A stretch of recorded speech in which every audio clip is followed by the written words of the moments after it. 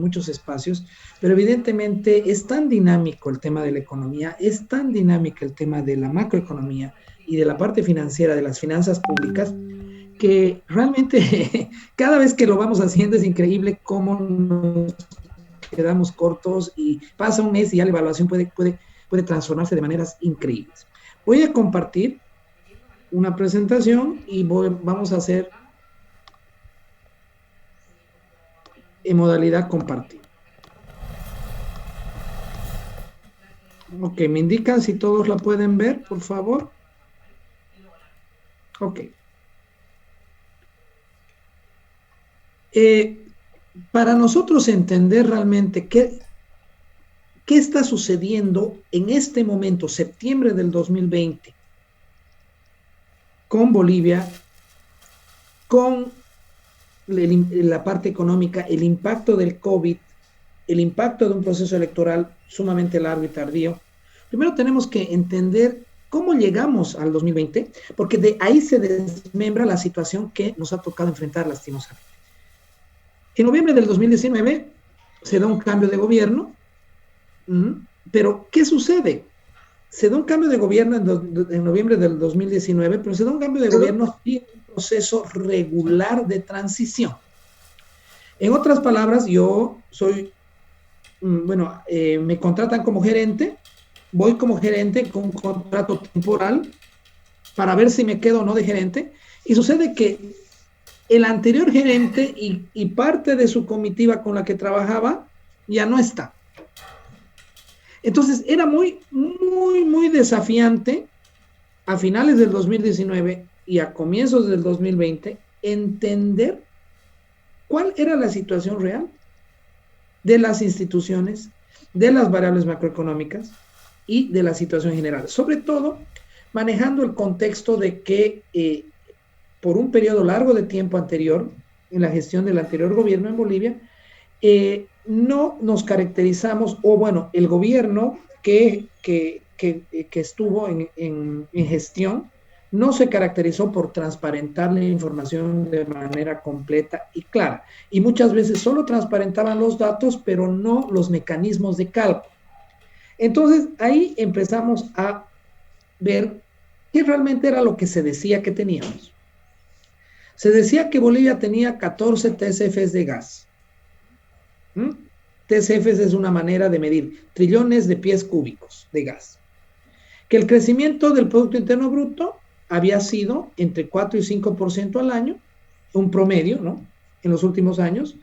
Que las reservas internacionales netas eran 9 mil millones de dólares, que existían mercados para el gas natural, para los mercados de industrialización como la urea, y también que existía ya muchos acuerdos y convenios para el desarrollo de la industria del litio.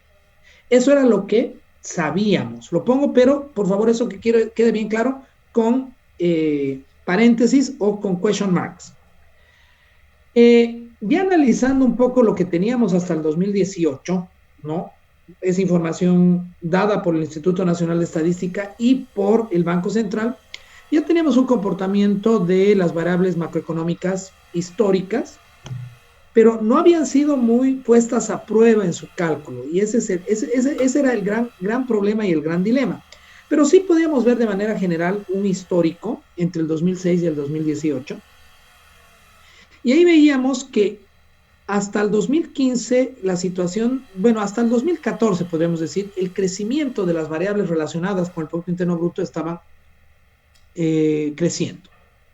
Pero ¿qué es lo que sucede? A partir del 2015 ya empezamos a ver un decrecimiento, y en ese decrecimiento es donde ponemos el cuestionante de que si se pagaba el doble aguinaldo o no, porque evidentemente la variable para pagar el doble aguinaldo era que se debía crecer a más del 4.5%, pero no era al año, sino de junio a junio, para justamente considerar siempre el pico que tiene el Producto Interno Bruto a fin de año, en la época de Navidad, ¿no? Por el mayor nivel de transacciones y bueno, y por el inyecto del doble aguinaldo del año pasado. Pero ya veíamos situaciones preocupantes, ya veíamos un decrecimiento del sector público, ¿no? Y de las variables macroeconómicas. Nos focalizamos en el Producto Interno Bruto porque si no serían millones de variables para analizar ahorita. Pero ya veíamos que la situación de los departamentos y las regiones se estaba poniendo crítica.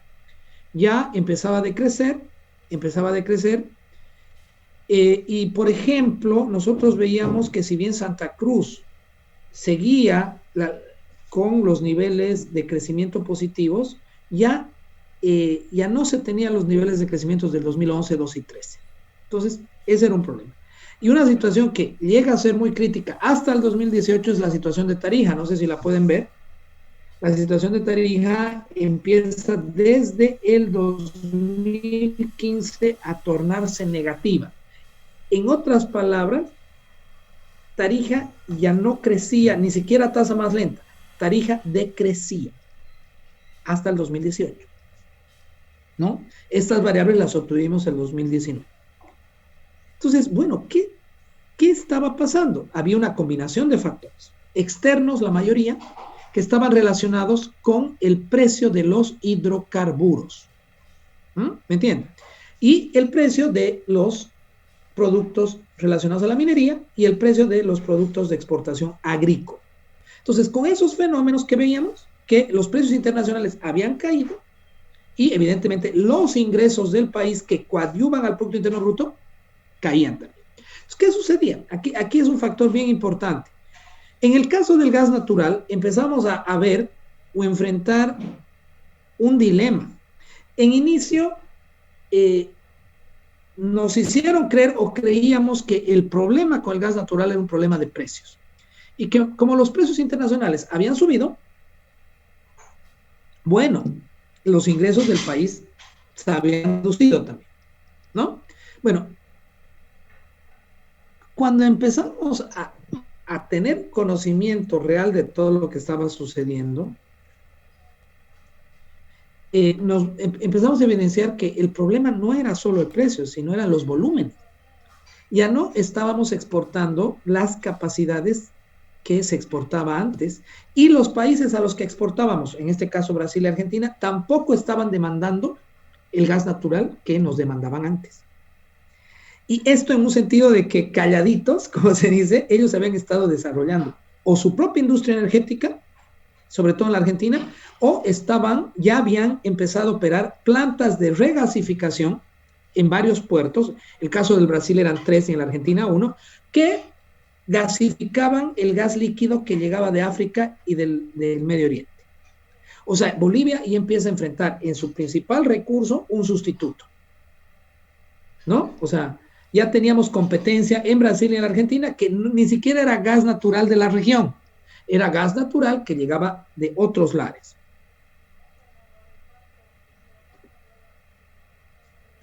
Ya. Como podíamos ver, bueno, aquí está una descripción de cuáles eran las actividades al 2018 que más pesaban en el país. Como podemos ver, estaba el sector hidrocarburos, pero había una variable que a mí me empezó a preocupar mucho el momento que yo empecé a hacer mi análisis, y es la que tenemos con la variable, con la flecha roja. Servicios de administración pública, 16.1% del PIB, siendo que el tema de extracción de minas y canteras era 10.9%, entre el que estaba gas natural y petróleo. ¡Wow! Entonces, empezamos a evidenciar que dentro de ese Producto Interno Bruto, el peso más fuerte era el tamaño del Estado. Planillas, contratos, proyectos. O sea, el Estado en su parte administrativa se había convertido en la principal industria del país. Con esa información ingresamos el 2020. Teníamos una empresa como YPFB que había crecido, pero más o menos se calcula unas 5 a 6 veces, y sin embargo no pudo certificar ni un TSF de gas en 10 años de proceso exploratorio. Imagínense, los 2 intentos que se hicieron con el tema de los taladros, ustedes ya saben dónde terminaron en procesos judiciales y en destituciones de presidentes y de cúpulas y de bueno. En enero del 2020, lo único que quedaba era la generación de auditorías integrales a las instancias públicas, gobernaciones y municipios. Había que saber, o sea, teníamos una información que no era ya muy agradable, pero teníamos que validarla y verificarla. Entonces, un gobierno de transición que ha demostrado ser bastante débil y endeble en este proceso, empieza a hacer o tratar de hacer auditorías integrales para verificar y validar esas variables. Bueno, empezamos a encontrar cosas interesantes. El déficit fiscal se había iniciado el 2014 y estaba en un promedio de 8.1% del PIB. O sea, era negativo. Al decir déficit... Hay que sin querer lo apretaste. ¿No? ¿Qué es lo que sucede? Quiere decir que al país le ingresaba 8% menos de lo que le salía en gastos. Teníamos un déficit comercial promedio de 800, 900 millones de dólares. ¿Qué es déficit comercial? Es la diferencia entre exportaciones menos importaciones. O sea, el país, el valor de las exportaciones había caído y la importación había aumentado. Y aquí viene un problema muy crítico y muy serio. ¿Qué es lo que generaba este déficit fiscal y este déficit comercial? La caída del valor de las exportaciones, pero también otro factor muy importante. Al no haberse explorado, al no haberse certificado reservas de gas natural, teníamos que importar mayor cantidad de combustibles. A inicios de la década del 2000 se subvencionaba al gas natural y al diésel un promedio de 200 millones de dólares al año. A marzo del 2019 la cifra era 1.200 millones de dólares al año en subvención al carburante. ¿Para qué? Para que ese litro de gasolina o de diésel que cargamos en la gasolinera cueste 3 bolivianos con 74. ¿Qué es lo que sucede? Miren, y en este momento yo estoy asesorando en una tesis a uno de los alumnos de la ANUR, en la que hemos tomado algunos casos de empresas que pagan el diésel y el carburante subvencionado. Sin embargo, ese no es el costo real, ese es el costo que tú pagas, pero el precio internacional en la región está en un promedio de 1.05 dólares por litro. Y en el mundo puede llegar a 1.7 dólares por litro. Casi el doble. Nosotros, o sea, el gas a 3.74 equivale a 0.60 centavos de dólar. Entonces, la brecha fue aumentando. ¿Y de dónde sacaba el dinero? ¿De dónde se sacó el dinero? De la variable que tenemos al MER, que son las reservas internacionales netas. El ahorro interno del país, que había bajado a lo más bajo a 8.950 millones de dólares. Estos 8.950 millones de dólares, amigos, no preocupaba tanto el monto, porque sí era un monto que se había reducido. En el momento pico teníamos 14.000 millones de dólares de reservas internacionales, de ahorro interno en dólares, si lo queremos llamar. Pero ¿qué había pasado? Que lo que preocupaba era la tasa de caída tan rápida que en 3 a 4 años se había reducido casi un 40%. Y uno de los factores era la mala gestión hidrocarburífera del país, lo que llevó a que entendamos que el 70% de los campos que teníamos en Bolivia estaban en declinación. O sea, 41 de 59. No se habían añadido nuevas reservas de gas y estábamos con 6.21 TCFs de gas certificado, de los cuales 3.7 estaban destinados a la exportación y 1.7 al mercado interno. Por eso se han dado cuenta que ya no se habla de expandir redes de gas a nivel urbanizaciones, barrios, cada vez está más limitado. Tampoco como que se hubieran detenido, ¿no?, los planes de conversión a gas natural de automotores, que hace 10, 8 años fueron muy incentivados. Esa era la situación que empezamos a encontrar en el país. Entonces, ahí venía el dilema. Y les digo, esto es antes del COVID, porque con el COVID vemos que hay una transformación que ha generado problemas estructurales que los tenemos que comentar ahora. Bueno, el dilema era, todos los economistas discutíamos, nos encontrábamos en los cafés y decíamos, bueno, a ver, ¿qué hacemos? ¿Qué alternativas tenemos? ¿Incrementar la deuda? O sea, prestarnos más. En ese momento, en enero, era un gobierno de transición. Nadie va a gestionar préstamos de gran dimensión o envergadura en un gobierno que tenía el llamado a elecciones. Era su rol. La otra era privatizar muchas empresas públicas deficitarias, o sea, no muchas, todas. No había una empresa del Estado que tenía números positivos.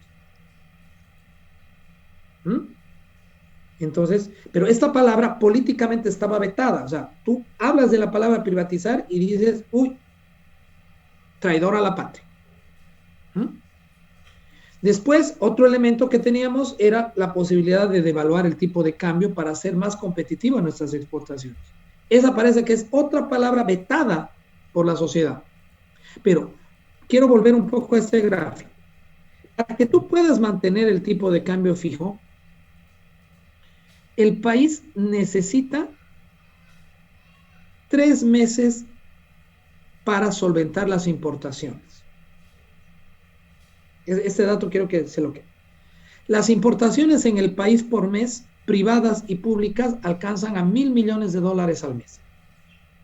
Entonces, para que Bolivia pueda mantener el tipo de cambio, se necesita mínimamente en las arcas $3,000 millones. Esa cifra grábensela bien, porque hay muchos alumnos que están aquí y que esto lo vamos viendo siempre y estudiando y analizando. Bueno, al día de hoy, después de la pandemia, esta cifra de 8.950 millones está reducida a 6.500 millones. Estamos a 3.500 millones de reservas adicionales, ojo, que no son líquidas, que están invertidas en oro, en bonos del Estado, en instrumentos financieros fuera del país, la gran mayoría, por ley además, para que podamos mantener el tipo de cambio. Entonces, esta es una variable que yo la pongo con asterisco porque el gobierno que venga pensamos que va a tener que hacer algo. Y bueno, el otro elemento era disminuir el tamaño y el aparato del Estado, eliminar subvenciones y subsidios, entre lo que entraba el tema de la subvención a hidrocarburos. Bajo este contexto, esto era sin pandemia. Esto es lo que se debe hacer, no hay pandemia. Y ya teníamos varios escenarios preocupantes. ¿Cuáles eran nuestros escenarios preocupantes? La agencia calificadora Fitch ya nos había hecho una calificación de tendencia negativa nueva y ya se pronosticaba en ese momento un crecimiento del PIB del 2.5%, o sea, la mitad de lo que crecíamos años antes. Entonces nos cuestionamos, ¿qué pasaría el 2020, 2025 con el nuevo gobierno? Esa era la percepción de riesgo para Bolivia, esa era la percepción de las calificadoras de riesgo que no estaban muy contentas con nuestro desempeño. Y cuando ustedes analizaban por qué las calificadoras de riesgo analizaban a Bolivia como una empresa, un país con tendencia negativa, le preocupaba 3 cosas. Nos veían como productor netos de recursos naturales no renovables e irrenovables, pero que la tendencia de precios internacionales de esos productos venía a la caída. 2, un excesivo crecimiento del aparato estatal con temas administrativos y empresas públicas deficitarias. Y 4, la caída de las reservas internacionales netas que no permitían mantener la política de bolivianización con un tipo de cambio elevado. Yo siempre decía, tener una baja calificación no es un no rotundo a las inversiones. Pero ¿cuál es el problema? Cuando tienes una baja calificación, tienes que ofrecer mayor rentabilidad. Y para eso tienes que crear la norma jurídica para que la gente, pese al riesgo, hay gente que invierte en países de riesgo. Si no, nadie invertiría en África, ¿no? Hay. Los rusos, los chinos son expertos en eso.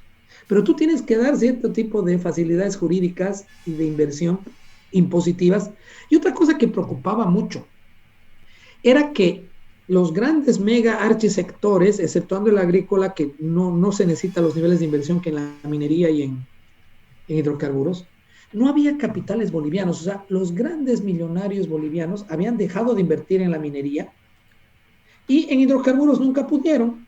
¿Por qué? Porque el sector hidrocarburos estaba catalogado como estratégico para el país, entonces solamente YPFB tenía carácter monopólico. Entonces, todo el mundo que trabajaba en el sector de hidrocarburos o privado tenía que trabajar para yacimientos, incluidas las empresas que ya estaban antes invirtiendo. Entonces, aquí empezamos a ver dónde habíamos quedado dentro del punto de vista de inversión. Tenemos los países que, bueno, ya los vemos claramente donde no invierto. Ahí tenemos Venezuela, Corea del Norte, Cuba, Sudán. Países de alto riesgo, pero donde la gente invierte. Miren, Latinoamérica en general, algunos países del África, y sobre todo aquí quiero que nos focalicemos en los BRICS. Brasil, Rusia, India, Corea del Sur y Sudáfrica. ¿Qué es lo que pasa con estos países? No, mejor dicho, China, disculpe. Estos países no son países que tienen buenas calificaciones de riesgo por su manejo de política monetaria y fiscal, sin embargo, por su tamaño de mercados, reciben inversión extranjera. Reciben. Bueno, Bolivia, ¿dónde iba a quedar? ¿En el no invertimos nunca o invertimos con un nivel alto de riesgo? Y la política estaba diseñada a entrar en esto. Pero teníamos una gran dificultad para competir con Brasil, con Sudáfrica, con Argentina, con México, que tienen alto nivel de riesgo, pero no tenemos población, no tenemos mercado. Y ahí la situación se complicaba. Y después, bueno, tenemos los países azulitos, los donde todo el mundo quiere invertir, todo es paz y amor, todo funciona, bueno, en unos más que otro. Europa está en serios problemas ahorita. Pero bueno, esos son considerados los países triple A. Entonces aquí venía la primera ley de la gravedad económica, ¿no? A mayor riesgo, mayor rentabilidad. A mayor costo de capital, menor rentabilidad del proyecto. En Bolivia, el costo de capital se empezó a hacer elevadísimo. Las tasas con las que los bancos financian proyectos no son pues competitivos. Muchas empresas decían, yo prefiero irme al Perú o irme a Paraguay porque nuestras sucursales pueden acceder a un sistema crediticio más eficiente. Y Bolivia, por la condición política, enfrentaba niveles de riesgo muy elevados. ¿Qué deberían hacer los nuevos gobiernos? Decíamos, bueno, apertura comercial, negociaciones bilaterales, multilaterales, reformas fiscales y tributarias. Una reforma fiscal, tributaria y laboral en Bolivia es inminente, es urgente. No podemos pensar un desarrollo sostenible a largo plazo si no hacemos reformas en este sentido, pero no es el tema de este taller, de este workshop. Podemos hacer uno enterito de eso. Les aseguro que una hora va a quedar poco. Y bueno, trabajar con incentivos financieros y la banca, dando créditos productivos de manera elevada. Para eso necesitas dinero de fuera, que pueda ser canalizado con eso. Las políticas de largo plazo eran apertura comercial, negociaciones bilaterales, multilaterales, reformas fiscales tributarias, como decíamos, y el incentivo. Pero en el mediano y largo teníamos que ver que el país necesitaba ser institucionalizado a través de una reforma al sistema judicial, al sistema institucional del Estado, a la ley del funcionario público y pensar en socializar el capital a través de una diversificación de la bolsa de valores. Yo siempre he dicho, los países que crecen es cuando su industria mediana y grande entra al sistema bursátil. No puedes tener en un andamiaje de industrias de envergadura mediana y buena que sean todavía grupos familiares. Eso muestra la calidad de tu sistema económico, todavía muy rudimentario, todavía muy, como podríamos decir, muy feudal, si es la palabra. Y ¿saben qué era lo triste? Ven, ahí es el Parlamento, ¿no? Veíamos que todo empezaba a pasar por lo político. O sea, lo económico tenía una puerta de hierro al momento de ser aplicado, que era, pucha, ¿qué pasa si decido mover el tipo de cambio? ¿Qué pasa en lo político, en las calles, en las manifestaciones, en el rechazo social? ¿Qué pasa si quiero eliminar la subvención a hidrocarburos? ¿Qué pasa si quiero bajar el gasto público? ¿Qué pasa si quiero cobrar más impuestos a los gremialistas, a los agrícolas, a los cocaleros? ¿Qué pasa? Ese es el elemento que, o sea, cualquier idea genial, económica, creativa con la que los economistas podíamos venir, nos encontramos con una puerta de hierro. Lo político. Y déjenme decirles que hasta el día de hoy no ha cambiado. Y mucho más, se ha acentuado mucho más. Y aquí viene el gran monstruo, COVID-19. El coronavirus que empieza a entrar a nuestro andamiaje político, económico, social en marzo del 2020. O sea, apenas nos dimos cuenta cómo estaba la situación del país, nos viene este fenómeno histórico. Que hasta el día de hoy llevamos 190 días. Miren la situación real en la que estamos. Parece que la tasa, hemos llegado a una meseta en ciertos departamentos, en otros no, pero nadie nos garantiza de que el problema está resuelto. Es más, no nos garantizan todavía si la vacuna va a resolver el problema en el mediano y largo plazo. Yo siempre he dicho, es mucho más fácil destruir que construir.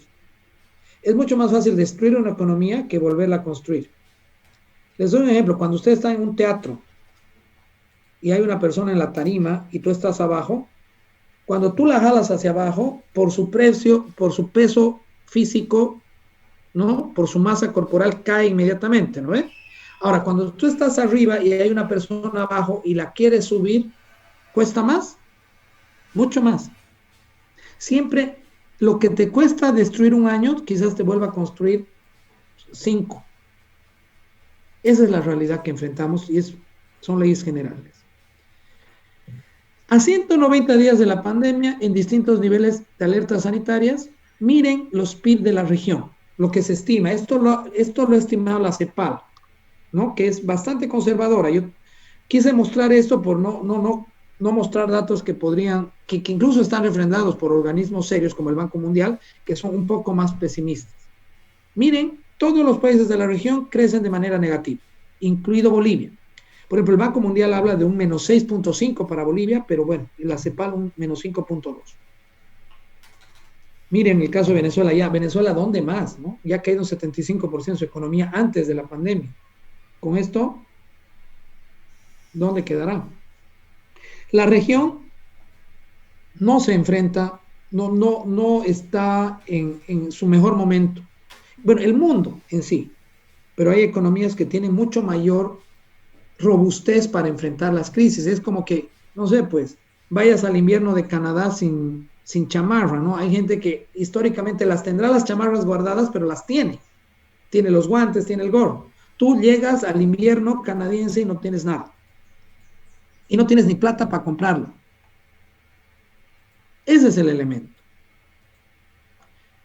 Bueno, aquí ya con la situación del COVID empiezan pues ya nuevamente los economistas nos empezamos a reunir y empezamos a decir, bueno, ¿y ahora qué empezamos a hacer? O sea, ¿cómo juntamos todas las propuestas anteriores, pero ahora nos encontramos ante una sociedad y un elemento que es más crítico aún porque en estos 190 días, 6 meses, nos hemos acostumbrado a una mayor presencia del Estado, a las bonificaciones que pienso que eran necesarias, quizás deberían haber sido mejor, o sea, el procedimiento de asignación más preciso y eficiente, un sistema de salud que necesitó mejoras, que no se las mejoró mucho y necesitará, porque ahora nos hemos dado cuenta que si no tocas la salud, no ganas una elección y no sacas adelante un país, como los gobiernos, los partidos, ¿no? Entonces empieza nuevamente a poner en la balanza ya no lo económico versus solamente lo político, sino lo político tenía un tinte social muy fuerte y lo económico ahí presente y no era bueno. La inflación era un costo social, por eso ningún partido tiene una propuesta explícita sobre la política cambiaria. Tú hablas con cualquiera de los partidos que está en el campeonato para la elección del 18 de octubre y cuando tú le tocas el tipo de cambio va a decir, vamos a verlo, vamos a evaluar, nadie se anima a mencionar. Bueno, la lógica siempre es escoger las medidas menos populares. Hay que ver. Otra opción fuerte es vender las reservas internacionales, o sea, no gastarlas, sino someterlas a instrumentos financieros fuera y que gente, o sea, en otras palabras, que el gobierno emita bonos, más bonos de los que he emitido a 5, 7, 10 años y que el mercado internacional los compre. No es un buen momento en el mundo para que estados compren bonos de otros estados. Tendríamos que apoyarnos mucho en el sector corporativo mundial. Y ahí Bolivia no da las garantías. Generalmente los tenedores de nuestros bonos siempre son instituciones públicas o estados amigos. Como nosotros cuando le compramos a El Salvador hace 4 años sus bonos triple C. Imagínense. Otro elemento muy duro es el control de capitales. Y esta medida no es pues muy política, ¿no? No es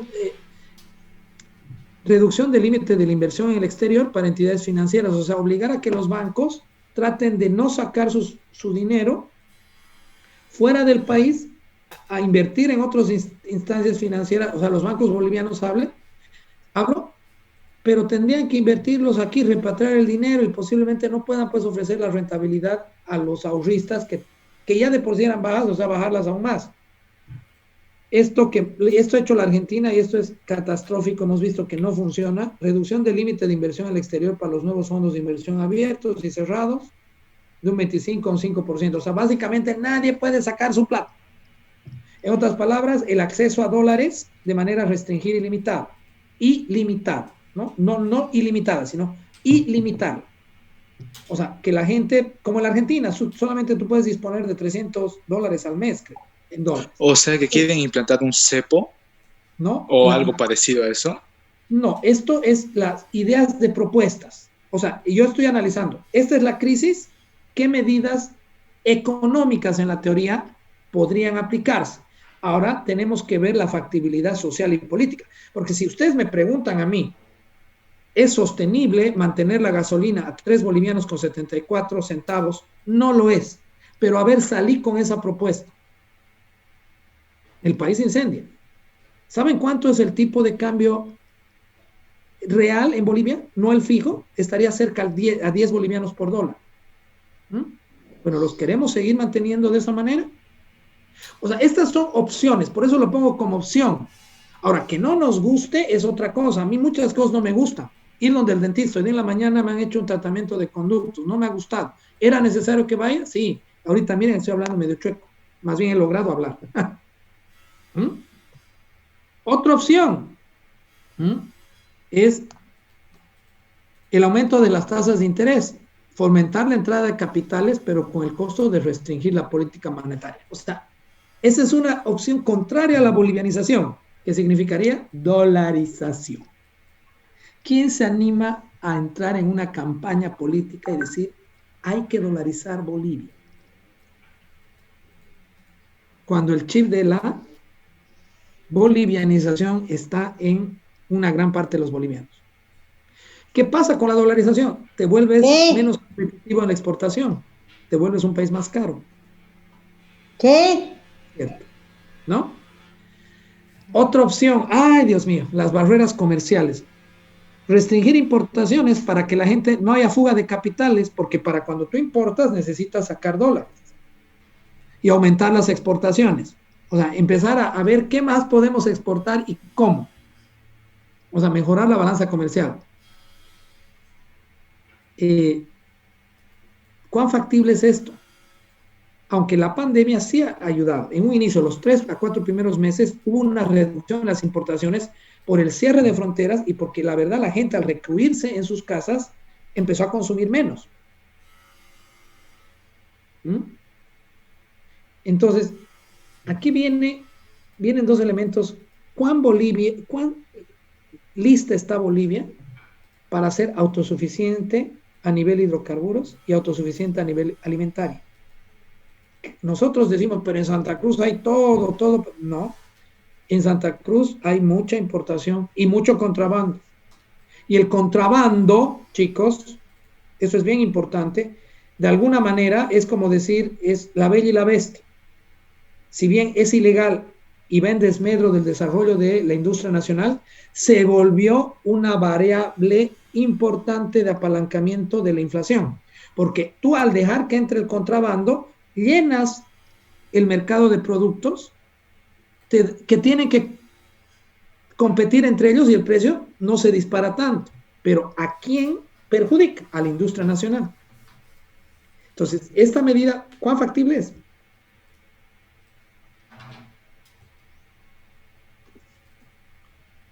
¡Wow! La devaluación del tipo de cambio. La quinta. ¿Qué hacemos ahí? Hay distorsiones del régimen del tipo de cambio fijo sobre la balanza comercial y deuda externa.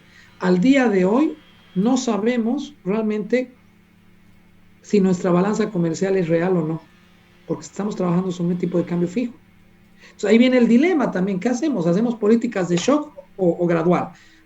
Decimos mañana el tipo de cambio va a ser 10 bolivianos por dólar, o en su defecto decimos vamos a volver al sistema de flotación sucia, acuérdense los de macroeconomía, ¿no? Flotación sucia que gradualmente tú vas haciendo un ajuste de bandas y bueno, cada día como ves el periódico para ver el clima y ves si saca tus paraguas, tú ves tu tipo de cambio del día que se va ajustando gradualmente. La sociedad está lista para este ajuste, siendo que ya va a ir a 10 años que el tipo de cambio es inamovible en nuestro país.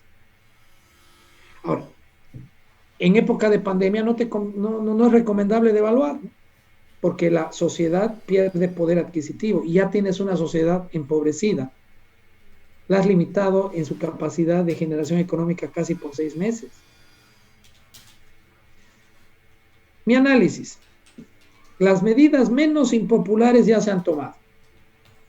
Siempre la parte política toma las medidas menos duras, las va tomando antes. Las más impopulares están vetadas por la pandemia. Mantener el tipo de cambio fija vía intervención del Banco Central tiene un límite. Ya lo hemos visto y se los he mostrado matemáticamente. No podemos decir de aquí a 5 años vamos a tener el tipo de cambio de la modalidad fija porque los números no nos lo solventan. Estabilidad macroeconómica puede verse afectada también por shocks de oferta y demanda. Y aquí es donde me quiero, a ver, estamos con tiempo, sí, en 10 minutos, concentrarme en lo que son los shocks de oferta y demanda. ¿Por qué? Porque aquí viene la gran variable para el despegue de una crisis. La tasa o nivel de ahorro que puede tener un país. Y viene desde el ahorro nacional, el ahorro corporativo y el ahorro de las familias. Este ahorro, esta capacidad de ahorro ha ido en desmedro en este tiempo. La tasa o nivel de ahorro de un país de gran importancia para su crecimiento, puesto que una alta tasa de ahorro garantiza que existan recursos suficientes para invertir. O sea, el ahorro no es bueno por ser ahorro, por ser precavido, no. El ahorro es un catalizador de un despegue económico porque genera inversión. Ahora, si tú tu ahorro lo utilizas de ahí en gasto, ahorras para después tirártelo en fiesta, booty y champán, no te ha servido de nada ahorrar. Tu ahorro tiene que estar diseñado en inversión para que ese ahorro, que era liquidez en su momento, se convierta en activos. Si tú ahorras para comprar pasivos, entonces ahí viene el tema y los economistas al día de hoy en Bolivia estamos divididos en dos. ¿Cómo enfrentamos esta crisis? Sabemos que inicialmente se dio un shock de oferta. ¿Por qué? Porque el gobierno, por la pandemia, el Estado decide cortar el proceso productivo. Pero eventualmente al cortar el proceso productivo empezó a afectar el ingreso de las familias porque las empresas empezaron a no vender, a botar gente, a no subcontratar. No, toda la rueda empieza a caer, ¿no? Entonces, ahora para salir de esta crisis, y ahí viene el gran dilema, o aplicamos medidas de shock de oferta o de shock de demanda. ¿Cuáles son las medidas para enfrentar primero en orden los shocks de demanda? Apoyar el consumo. Y eso es a través de bonificaciones o créditos directos al consumo a las familias. Ahí es que hay una línea de los economistas que está de acuerdo con una devolución parcial de los fondos de pensiones, ¿no ven? Ese elemento es importante. Ahora, los otros economistas, los que son los del lado de la oferta, los de shock de oferta, dicen no, primero tenemos que levantar a la banca y que la banca canalice créditos al sector productivo y del sector productivo recién llegue a generando empleo a las familias. Yo les digo el orden con el que yo como economista pienso que debería ser tratada esta crisis. Primero, las familias. Despegar el consumo. Con un consumo nivelado, recién las empresas se van a animar a poder volver a los niveles de producción anteriores. Y una vez que tenemos eso, recién el sistema financiero, al ver que las empresas están con movimiento, con flujo, recién van a tener menos riesgo al asignar créditos. Entonces, desde mi perspectiva, el orden para tratar esta crisis es primero las familias, segundo las empresas y después el sistema financiero. Este es un análisis sobre los sectores más afectados y los menos afectados por esta crisis de la pandemia y vemos que mientras más verde se vuelve tu sector, hay menos, estás eres un ganador potencial de la crisis, ¿no? Industria médica, la de procesamiento de alimentos, higiene personal, e-commerce, la agricultura. El sector amarillo está en veremos porque el sector petrolero, si bien se va a necesitar combustible, pero al día de hoy, si la sociedad se paraliza y se hace todo en Internet, la gente trabaja más desde sus casas, el consumo de las grandes ciudades de combustible se va a ver muy reducida. Y miren cómo va reduciéndose y los tres sectores más complejos son los de automotores, la construcción, la aviación, la industria naval y el turismo. Entonces, aquel que está pensando en fortalecerse en esos 4 o 5 sectores tiene que esperar un tiempo todavía. Ahorita, uno de los sectores más apaleados por esta crisis es la industria aérea. Va a venir una quiebra, un cierre de líneas aéreas tremenda en el planeta. Esta situación no solo es para Bolivia, ¿no? Entonces, ahora, ¿qué es lo que sucede? Tenemos que ser muy claros con eso. ¿Cómo logramos salir de este entuerto? Yo vuelvo a esta diapositiva. El ahorro que genere inversión, pero para eso tú tienes que aumentar la capacidad de ahorro de las familias. Y eso es a través de políticas que incentiven el ahorro, generando más ingresos a las familias, como haciendo políticas de shock de demanda, generación de empleo masivo, incremento salarial, impresión monetaria, que pareciera un pecado también decirlo, pero no hay alternativa, mientras sea regulada, controlada, un desapalancamiento beautiful, como decimos, eso lo vemos mucho en Finanzas 2. Si la inflación ha sido baja, se puede imprimir un poco de moneda. Y bueno, ¿qué es lo que más riqueza te genera en un país? La inversión. Y como el país no tiene dinero, tienes que traer la inversión de fuera. Para eso necesitas un cambio institucional, un cambio del sistema legal jurídico. Entonces, ese es el gran desafío. El gobierno que venga a partir del 18 de octubre, bueno, que se posicione en diciembre, tiene desafíos enormes con Bolivia y los gobiernos del mundo. Pero yo pienso que nosotros estamos en una situación quizás más compleja que muchos de nuestros países vecinos. Eso es todo. Hemos cumplido con los términos de tiempo, creo, y bueno, quedo a la espera de consultas y de cualquier duda, chicos.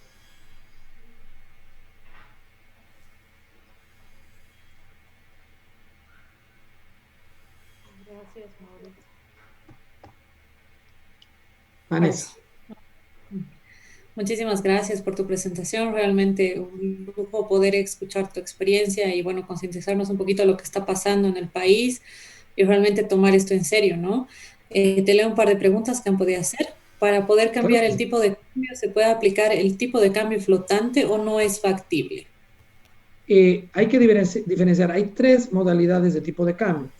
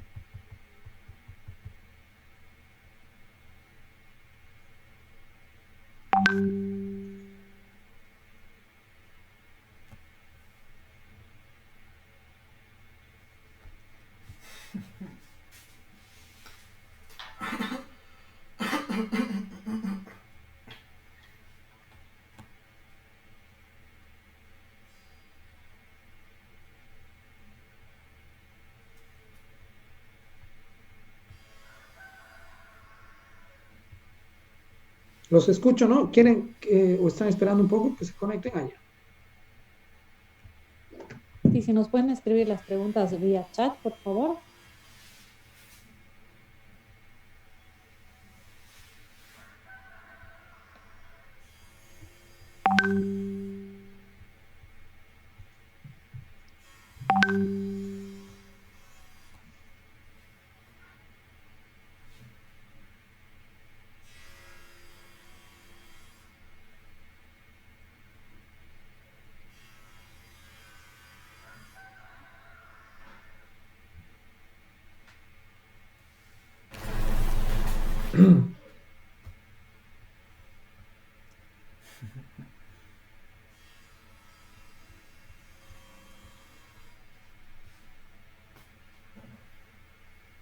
Ahora sí te leo la pregunta. Dice, ¿qué efectos negativos puede traer si es que se aprueba la medida política del retiro de las AFPs?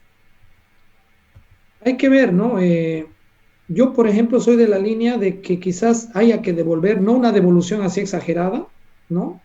Pero, o sea, hay que ser por ejemplo, una devolución a aquellos aportantes no activos, aquellos que aportaban y dejaron de aportar, o alguna, ¿por qué? Porque aunque no crean, ese dinero, si bien puede afectar la liquidez de la banca de alguna manera, pero puede canalizar también la bancarización, porque tú puedes devolver esos aportes vía la banca a la población, y también puede de alguna manera inyectar un dinero tuyo al final, que lo estás recibiendo en una época de crisis anticipadamente. Muchos de mis colegas son muy opuestos a esta línea, pero yo pienso que de una manera mesurada quizás sea una alternativa para enfrentar esta crisis vía un shock de demanda, como decimos, ¿no? Había una pregunta sobre el tipo de cambio, creo ahí se cortó, ¿no? Sí, correcto, era la del tipo de cambio. Bueno, hay 3 tipos de cambio: flotante, que es flexible. Brasil, Argentina tienen ese, o sea, puede variar el tipo de cambio 10% en un día, el oficial, imagínense. Tienes el fijo, que es el que tenemos en Bolivia, y tienes uno intermedio, que es el de flotación sucia, que son mini devaluaciones o mini apreciaciones. O sea, el tipo de cambio se puede flexibilizar diariamente, pero en límites muy pequeños. La experiencia de flotación sucia Bolivia la aplicó desde el 85 hasta el 2011 y tuvo éxito. Yo pienso que sería esa medida intermedia muy, muy, muy efectiva para Bolivia.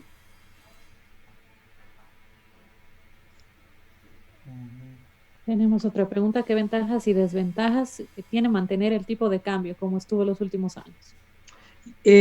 Particularmente, yo soy de la línea de economistas. Cuando tú hablas de economía, tienes que ver de la escuela de economistas. Yo soy de la escuela de los economistas que hay que irlo liberalizando el tipo de cambio bajo este sistema de flotación sucia.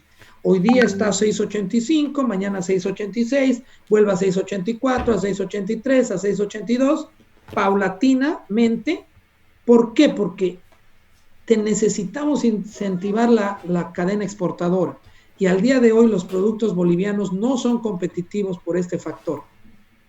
Entonces, yo pienso que ya la medida de la bolivianización tuvo su momento, tuvo su tiempo. Al día de hoy necesitamos abrir las puertas a que también se pueda socializar el capital vía el tipo de cambio, o sea, más cantidad de bolivianos por el mismo dólar. Dice, estimado ingeniero, ¿podría dar un análisis económico de las propuestas de los candidatos en las vinientes elecciones? ¿Cuál sería la línea a seguir de la economía por parte de los diferentes partidos? Mira, me he leído 5 programas de gobierno y básicamente veo que todos proponen casi lo mismo, exceptuando el candidato. Hay uno de los candidatos por el Frente Libre que es bastante liberal. El resto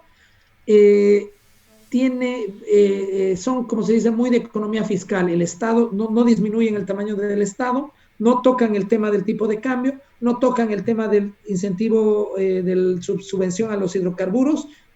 Entonces me queda la incertidumbre si no lo han hecho porque no lo piensan hacer, o no lo han programado, no lo han socializado porque políticamente les pueda afectar.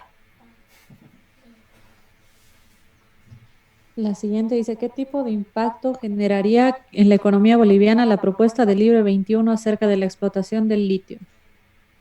Bueno, el litio tiene que explotarse, pero miren, yo voy a ser muy radical con esto que digo, muy radical.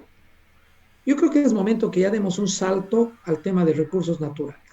Empezamos con la minería, el gas natural, ahora el litio, hasta que realmente Bolivia no cambie de eje y se dedique a, dentro de la propuesta política más importante, desarrollar proyectos que den valor agregado, se industrialice, haya tecnología, altos generadores de empleo y de inversión, tecnología, innovación, vamos a seguir la misma ruta.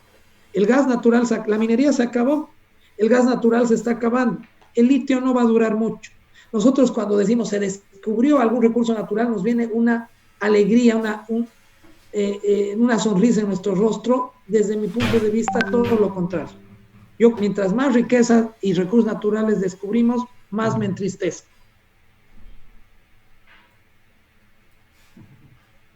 Bueno, ya estamos sobre el tiempo. Mauricio, muchísimas gracias. No quiero terminar. Espero que todo haya quedado la mayor cantidad. Súper bien. ¿No? Sí, muchísimas gracias. Bastantes participantes. Muy interesante tu exposición. Realmente un lujo poder contar con un experto del nivel en economía que tú tienes. Agradecer a la Universidad NUR por el apoyo que nos está dando en Expo Bolivia, tanto como la Sparkassen Stiftung. Invitar a todos los presentes a visitar el stand de la NUR en el pabellón financiero hasta el 19 de septiembre, de forma gratuita en Expo Bolivia 2020.